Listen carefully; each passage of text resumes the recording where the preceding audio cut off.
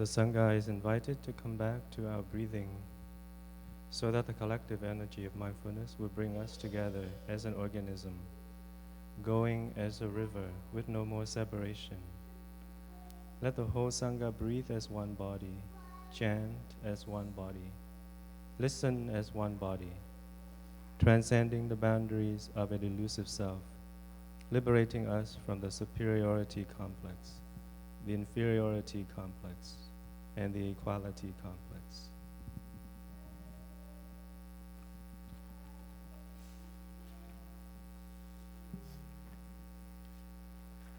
The Buddha jewel shines infinitely, enlightened for countless lifetimes.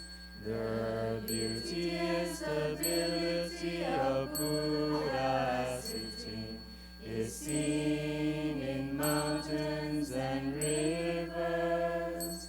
How splendid is the Vulture Peak, how beautiful the light that shines forth from Buddha's brow, illumining the six dark paths. To the Naga Pushpa assembly, we will go to continue the true teachings and practices. We take refuge in the Buddha, ever present.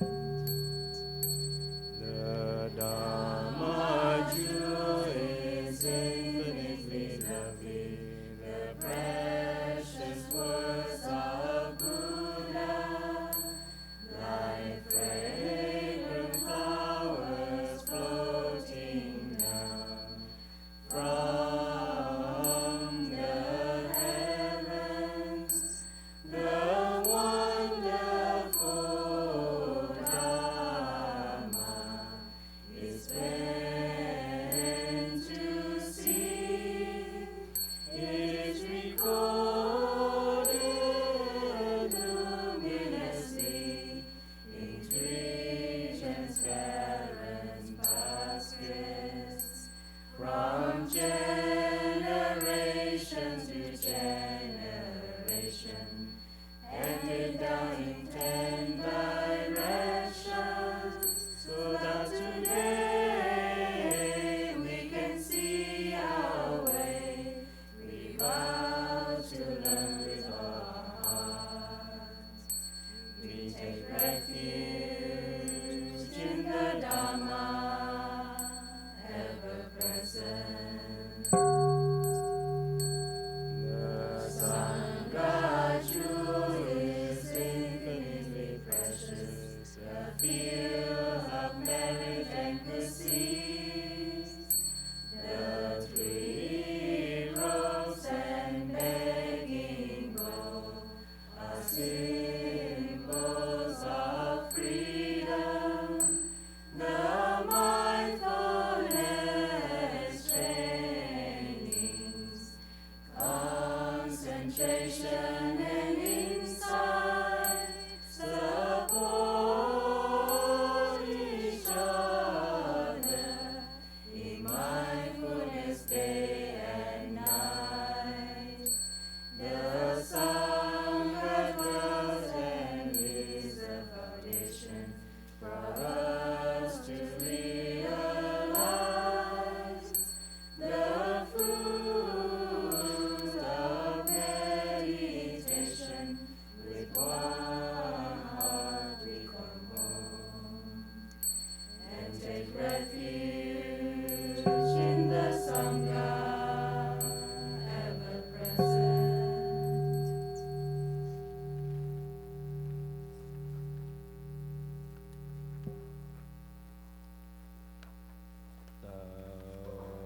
Okay. Moja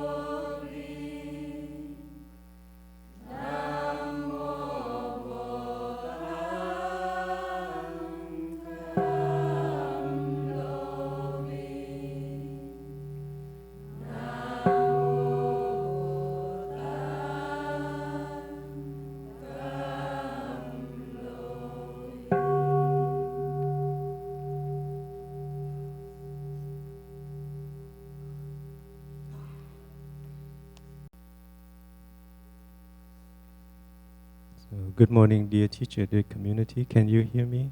Okay. Okay. Is the translation okay?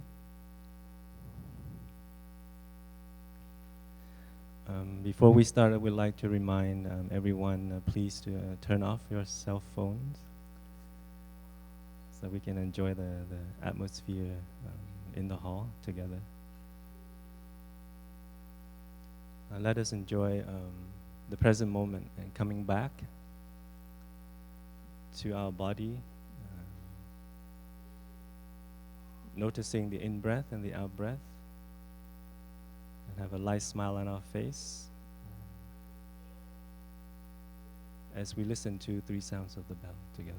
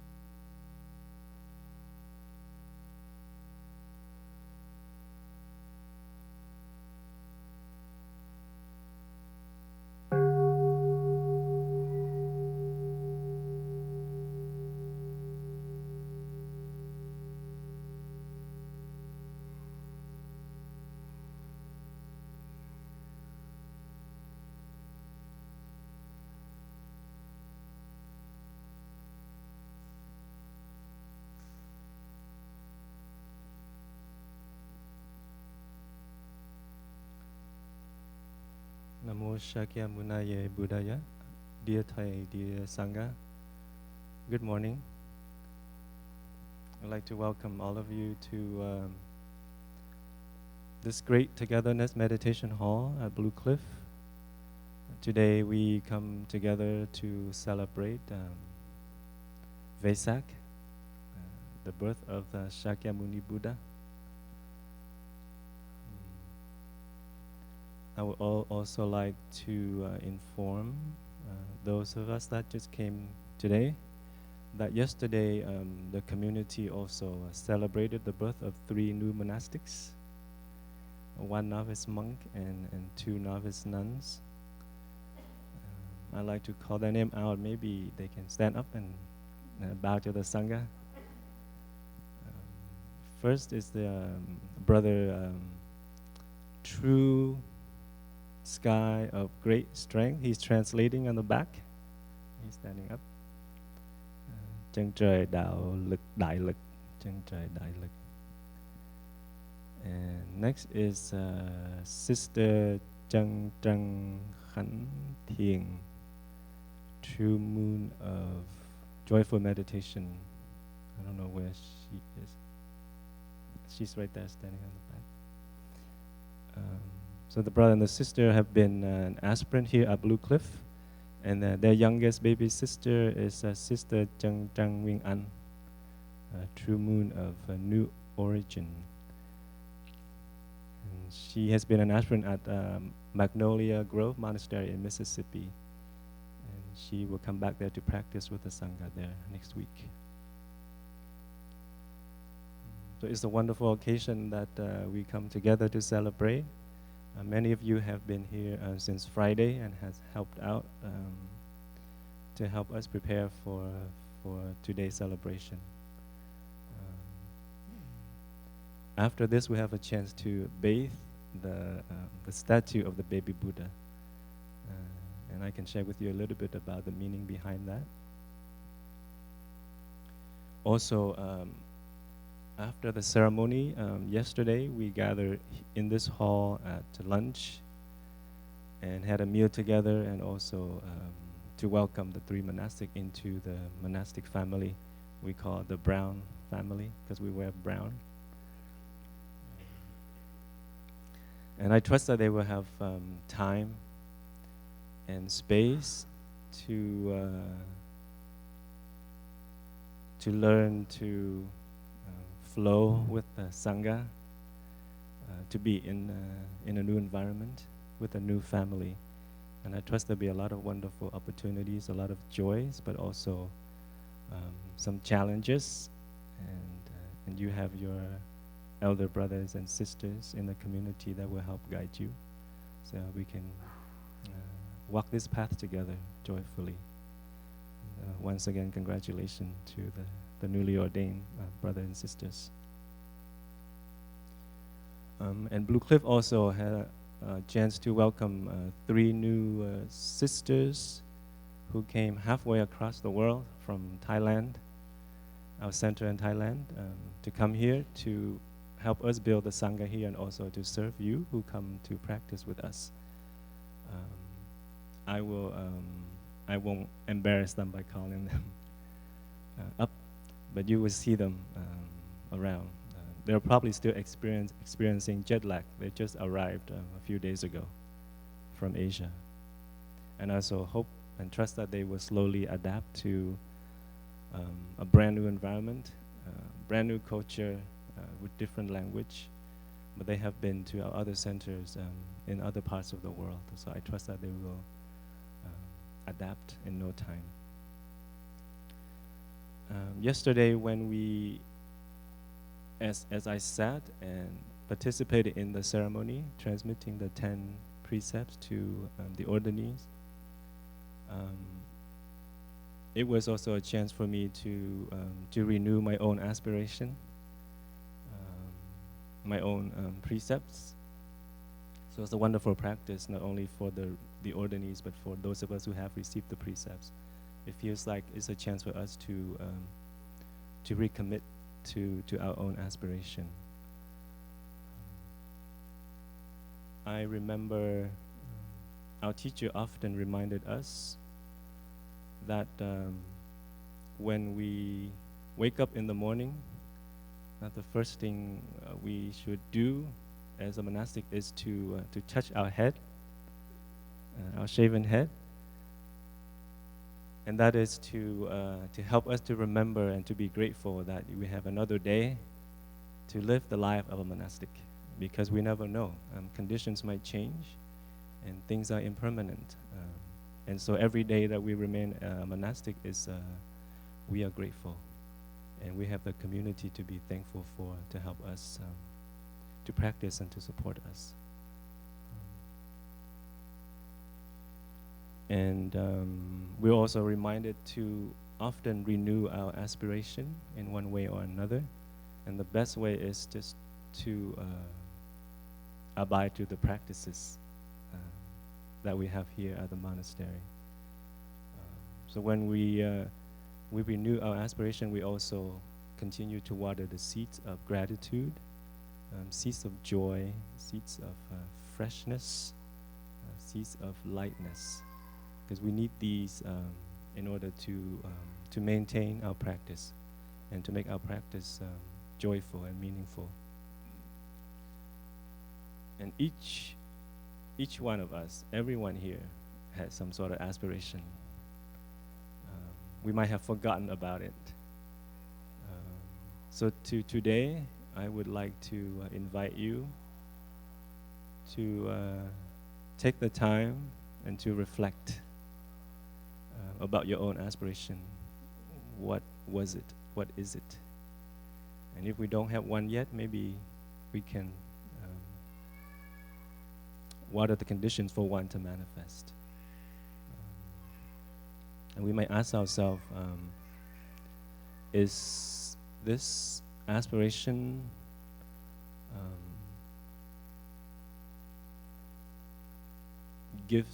does it give me joy and happiness?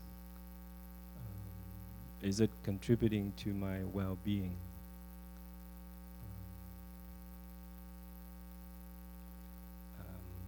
Have I forgotten about it? Where is it? So these are some of the questions we can reflect and see where that aspiration is. It might have been covered with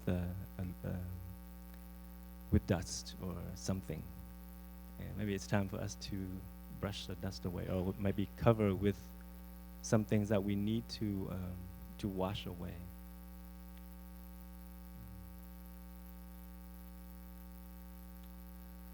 And so today we'll have a chance to bathe the baby Buddha. You might ask, what is the meaning behind that? Why are we bathing a statue? The baby Buddha embodies the seeds of compassion and wisdom, among other things, among other virtues. And our teacher used the terms love and understanding. To make it more relatable to all of us. When we hear wisdom and compassion, it might sound like something that's very lofty and might be difficult to reach. But when we hear understanding and love, I know those things. I can practice them. I can grow them. And so the baby Buddha represents potentials, seeds of these virtues. And we all have these seeds. And just like our aspiration, they might be covered, put away. And so when we bathe, when we make the action of scooping up water and pour onto the statue of the baby Buddha, we're washing away the dust, we're washing away the covering. At the same time, if we're mindful while we're doing that action, we're watering the seeds of understanding and of love in ourselves. And so by the action, the external action helps us to connect with the internal inside.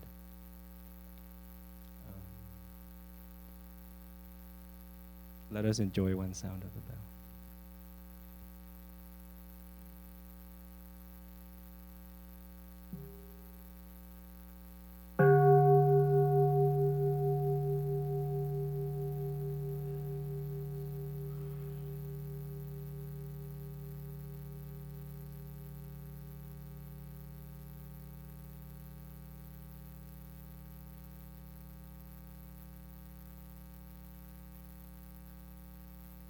And if you're a gardener, you would know that for a seed to grow, one of the basic conditions is water. You have to water the seed for it to sprout.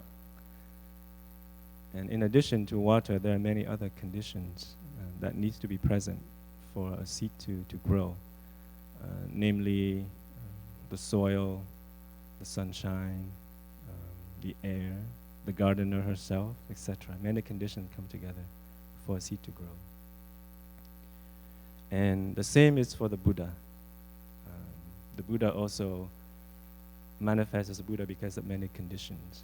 And some of these conditions are understanding, love,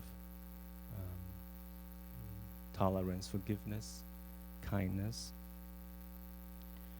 And the Buddha, the historical Buddha, the Shakyamuni, he had all these conditions came together.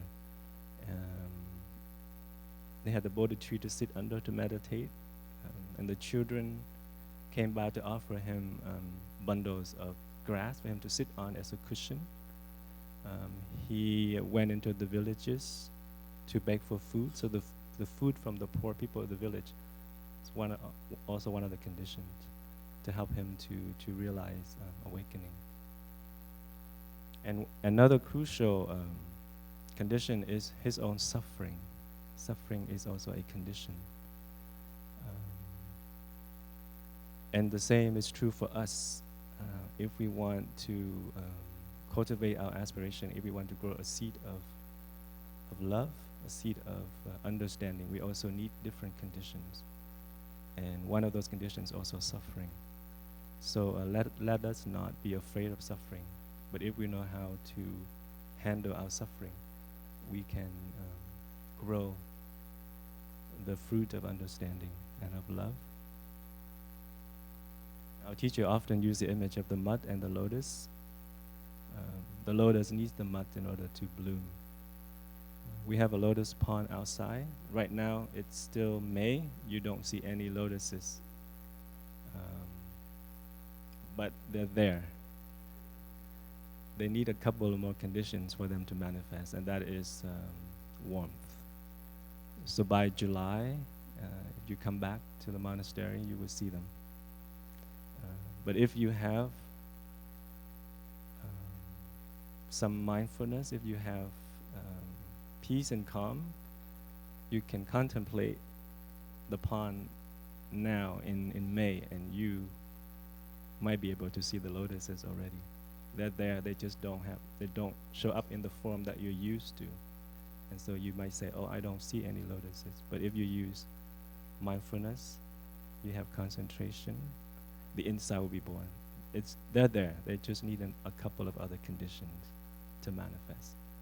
But they're there already. And the mud is also there to nurture the roots. So remember to come back in July to see them. And many of us also come to a practice center such as this one, and we might have different reasons.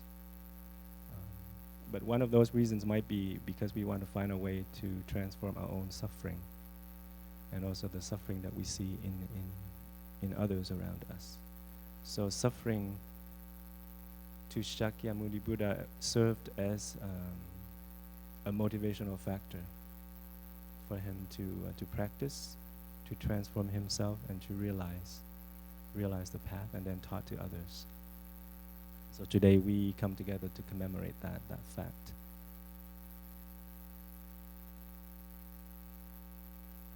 Last Thursday, the community here, we watched a Dharma talk recorded on DVD, given by our teacher some time ago. And I remember in that talk, he shared many wonderful things, but two things stuck in my mind. And one was that he shared that when someone comes to Plum Village, it is crucial that that person should learn how to handle his or her, he said first, to learn how to cultivate joy and happiness. And then to learn how to handle his or her suffering or difficulties. Blue Cliff is also a practice center in the Plum Village tradition. And likewise, when you come here, we would like to encourage you to learn those two things. One is to learn how to generate joy and happiness in your own life so that you can be nourished. And the other is how to learn how to recognize, to embrace, and to transform your sufferings and difficulties so that you can grow. And also, by that experience, you can help others to do the same.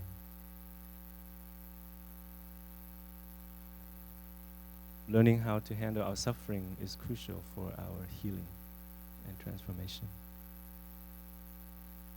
And at the monastery, we break the practices down to baby steps so that we can all practice to grow joy, to grow happiness, and to transform suffering.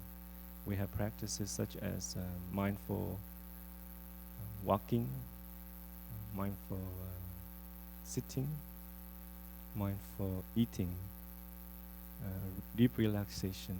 We have practice like eating meditation, working meditation, etc. So these are practices that we can do, and if we're able, when we come back to our own environment, our home, we can apply them in our daily lives to continue to be nourished and to grow joy and lightness and ease.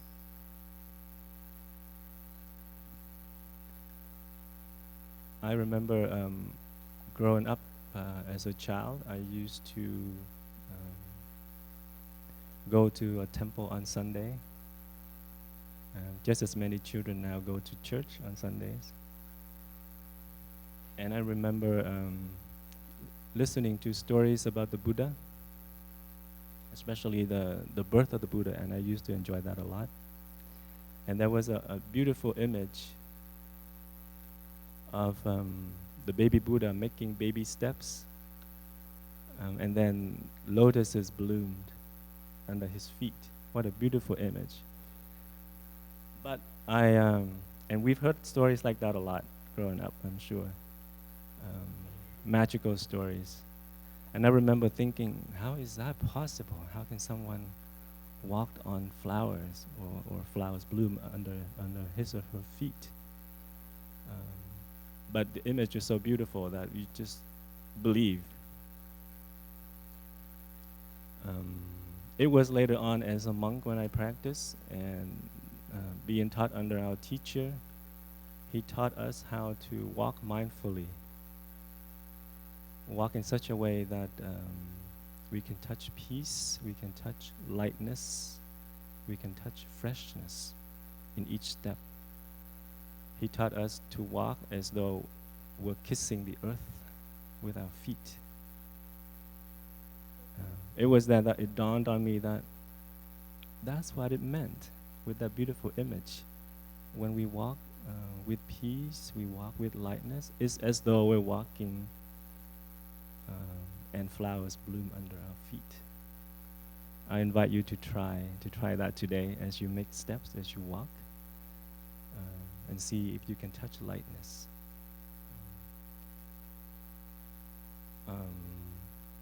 And then I remember also, there are many Buddha statues or Bodhisattva statues, and often you see the artists will carve them or draw them sitting on a lotus, also on a flower.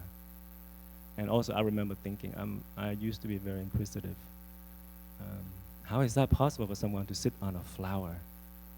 And I thought the flower must be very strong. Either that or the Buddha was someone who's really light, that can sit on a flower and it still remain fresh. At some point with the practice, I realized, oh yeah, it's possible. If you learn how to sit, if you sit with ease, body relaxed, your mind is free of worries, of fears, and you enjoy your breathing, you experience lightness, you experience freshness. It's as though you're sitting on a flower. And I think, I'm just guessing, I think the poets, the artists, the storytellers of old might have seen or witnessed how the Buddha walked and how he sat. And that moved them to create images, to convey that beautiful imagery of someone sitting in lightness. And what beautiful image to represent them sitting on a flower, so fragile, so fresh, and yet this person, the flower can hold up this person. And that's represent to me, because there is lightness, there is freshness, there is joy and calmness in that person. So when he sits, the flower can hold him up or her up, and when he or she walks, flowers bloom in each step. What a wonderful and beautiful imagery. And we can do that. We can do that too. When we walk with lightness, when we walk with ease, flowers bloom under our feet. And when we sit with lightness and freshness, we're sitting on a lotus. It's doable. Let us enjoy another sound of the bell.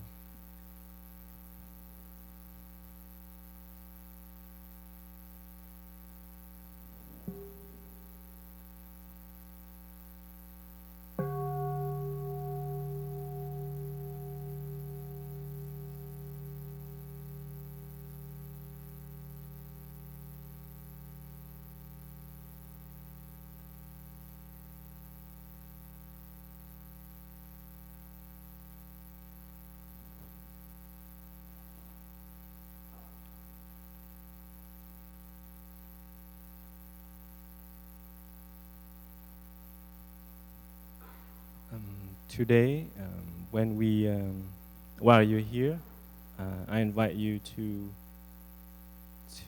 take the time to practice mindful breathing, being more attentive to your breath as often as you can. Be more attentive to your movement.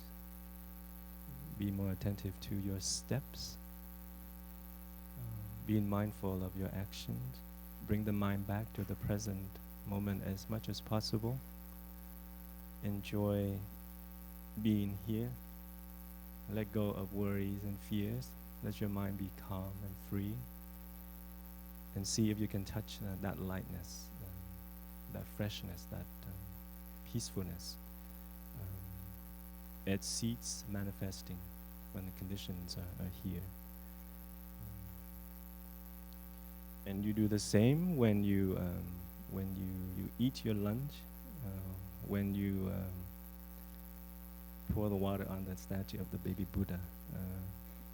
Be mindful of that action and see if you can water that seed in yourself. See if you can remove the cover of dust that might have covered your aspiration. And so the action of bathing the Buddha, we're also bathing ourselves, we're bathing our aspiration. We're giving our aspiration a fresh bath or shower.